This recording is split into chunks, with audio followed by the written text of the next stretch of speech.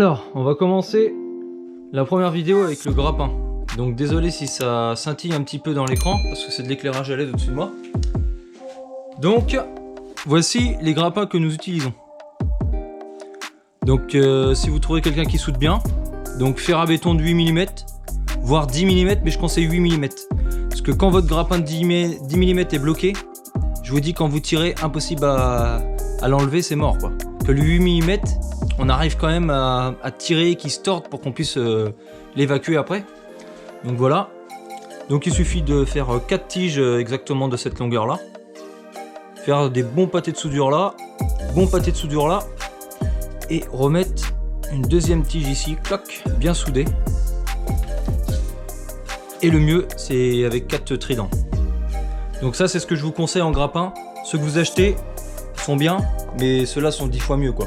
Les pattes sont beaucoup plus longues, vous les faites vraiment à votre longueur et tout ça. Franchement, je le conseille. Voilà. Donc là, on va passer à autre chose. La corde. Ça, c'est une corde de 8 mm que j'ai acheté à Super U. Franchement, je l'ai vraiment pas payé cher. 7 €. Mais franchement, cette corde-là, la qualité est vraiment top de chez top. Le nœud, c'est pareil. Ça, faut faire un nœud vraiment adéquat, sinon votre grappin il va se décrocher, même l'aimant après. Donc ça, c'est un nœud coulant. Donc pour ceux qui savent le faire, ou pour ceux qui savent pas le faire, je vous mets un petit tuto tout de suite maintenant. J'ai repris ça sur quelqu'un, donc parce que j'ai du mal à l'expliquer en vidéo, carrément, je vous le dis. Hein. Donc là, je vous le mets tout de suite, le nœud coulant, comment on le fait. C'est parti. Tu prends une ficelle, tu passes dans le trou, tu laisses dépasser environ 60 cm, à peu près. Tu reviens, tu fais une boucle, tu reviens comme ça en arrière, tu passes cette corde en avant par-dessus, tu reviens, tu la passes par-dessous. Maintenant, tu bloques tes deux ficelles croisées, tu fais un tour autour en laissant bien de l'espace ici. Tu refais un deuxième tour, toujours en laissant de l'espace, puis un troisième tour, et tu viens prendre le bout de la ficelle, le repasser dans les espaces que tu as laissés. Tu passes délicatement en tenant le bout qui sort et le bout de la ficelle ici, comme ça. Tu tires bien, tu maintiens fort, tu fais coulisser ta boucle en la remontant bien jusqu'en haut. Ensuite, tu tires, tu vois, ça coulisse. Tu tires bien. Et voilà ton nœud coulissant. Il est fait. Et te voilà, ton aimant complètement bloqué. Tu peux tirer tant que tu veux à la pêche. Et ça ne lâchera pas. Voilà, donc avec le nœud coulant, impossible. Plus vous tirez, plus ça serre. C'est impossible à se défaire. Donc ça, je vous le conseille vivement. Et je vous conseille aussi de la corde de 25 mètres de long, voire 20 mètres au minimum, quoi. Pas plus court. Pour mon aimant DMD Pro 500 kg double face, la corde est complètement différente. Là, c'est une corde de chez Decathlon. Donc c'est de la corde de 8 mm, ou peut-être 10, celle-là. Ouais, c'est de la 10 mm, pardon. Et celle-là, c'est de la corde pour les voiles de bateau. Donc là, je vous dis, il n'y a pas plus costaud. Là, pareil, un petit nœud coulant, on le voit plus. Donc ça, c'est pareil, je vous le conseille. Vous mettez du scotch autour de votre corde à ce niveau-là. Parce que c'est là que votre aimant va avoir le plus de frottement au niveau de la corde. Et là, comme vous voyez, là, je peux l'enlever pour refaire derrière. Regardez, la corde est dans un état nickel. Franchement, ça, je vous le recommande aussi. Donc là, pareil, nœud coulant. Avec une corde vraiment plus costaud que vos grappins, parce que c'est plus important, ça coûte plus cher que le grappin. Voilà. Donc, ce qui est de l'attache ici, là. Ça, c'est conseillé aussi. Donc, soit vous le faites comme moi. Moi, je l'ai serré dans un étau. J'ai mis un truc en travers. Je l'ai serré d'un point. Ça ne se dévissera jamais, à mon avis. Depuis que je l'ai en 8 mois, il ne s'est jamais dévissé. Mais sinon, je vous conseille de mettre un coup de Loctite de frein filet normal. Donc regardez juste ici, le petit bidon de la Loctite pour vous montrer ce que c'est. Surtout vous mettez du normal, surtout pas du fort, parce que pour enlever vous allez vous emmerder après. Donc voilà, donc là vous pouvez le mettre là ou là, hein. Ça vous connaissez. Hein. Et surtout pour les entretenir, WD-40. Bon, ça c'est un petit truc qu'un fournisseur m'a donné, c'est un échantillon. Mais vous l'avez aussi en grosse bombe, voilà. Donc ça, le mieux à faire, dès que vous avez fini votre pêche, vous mettez un coup sur l'aimant. Comme ça permet de le protéger. Et vous voyez la marque DM Debro qu'on a. Là c'est encore, on voit encore le chrome, vous voyez. Il est encore en état pratiquement nickel, quoi. Il a vraiment pas un pet, rien du tout. Donc pareil, le petit lien juste en bas dans la description. Si vous voulez acheter le même aimant que ça, je peux vous conseiller qu'il n'y a pas plus costaud. Hein. Donc n'oubliez pas, petit WD-40 pour éviter qu'il rouille après chaque utilisation. Alors au niveau des gants, donc les petits gants comme ça, tout fins. Ça vous les avez tous vus, hein, des petits gants industriels. Ça c'est le mieux pour pêcher je trouve. Après ils sont pas étanches à l'eau, l'eau va rentrer. Après il existe des gants étanches comme ça, beaucoup plus épais, beaucoup moins facile à utiliser. Vous voyez quand on l'utilise... Ouais déjà si je ne mets pas à l'endroit ça va pas aller.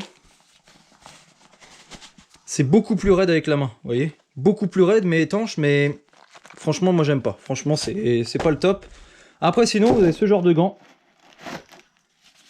Vous voyez, des petits gants, pas latex, c'est du gant, je sais plus en quelle matière. Vous mettez celui-là et celui-là par-dessus. Comme ça, vous avez celui-là qui fait étanchéité et celui-là qui protège. Voilà, c'est un petit conseil que je donne aussi.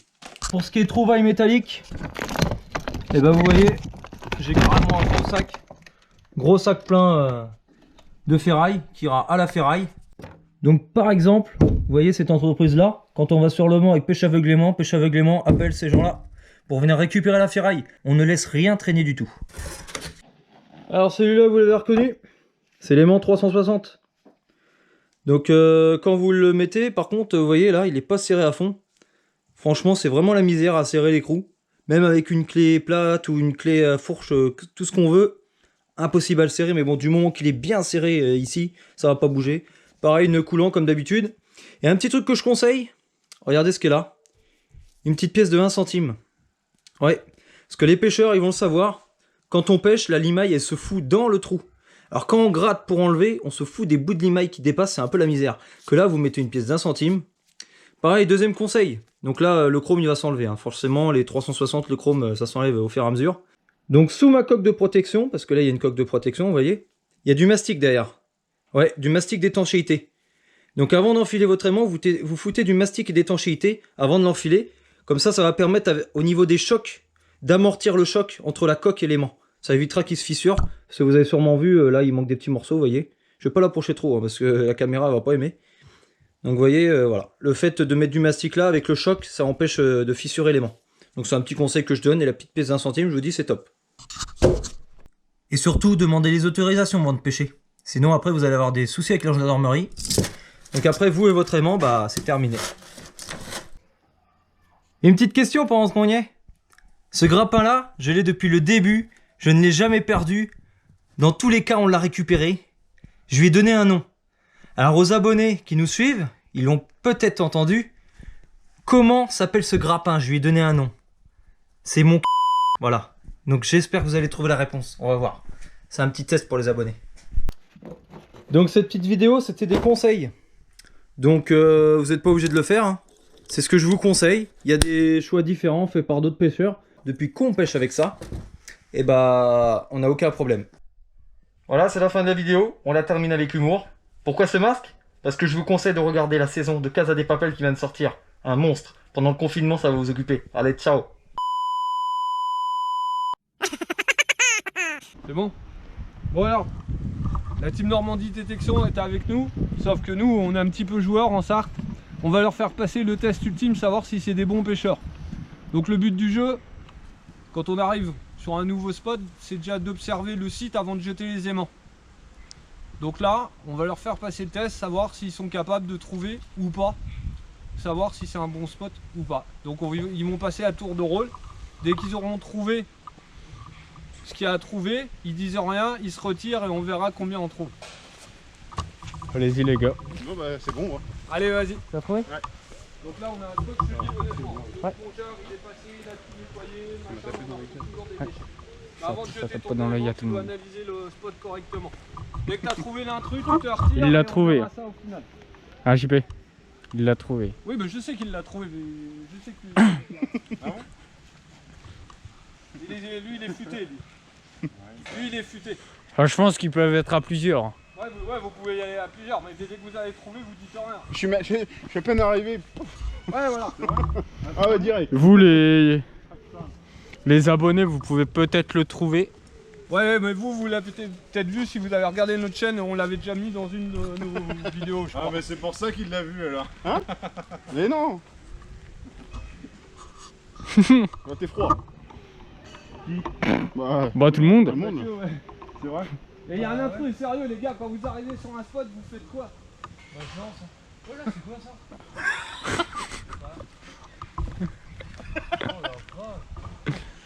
Qu'est-ce qui se passe là-dedans? Bah, je fais gaffe de pas me prendre dans les arbres. Bon, approche avec la Vous caméra avez le pour montrer. ressenti. Bon, apparemment, ils ont capté le délire. Mathieu, il est un peu dubitatif. Donc, il a trouvé l'intrus. On va essayer de le montrer à la caméra. Donc, le petit objet, il est là. Il est perché. Alors, je fais le zoom. J'espère que je vais être au bon endroit. Voilà, vous le verrez mieux.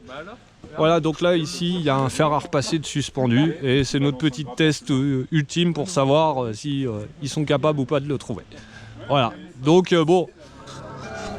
Mathieu aura mis un peu plus de 2 minutes à trouver quand même. Hein?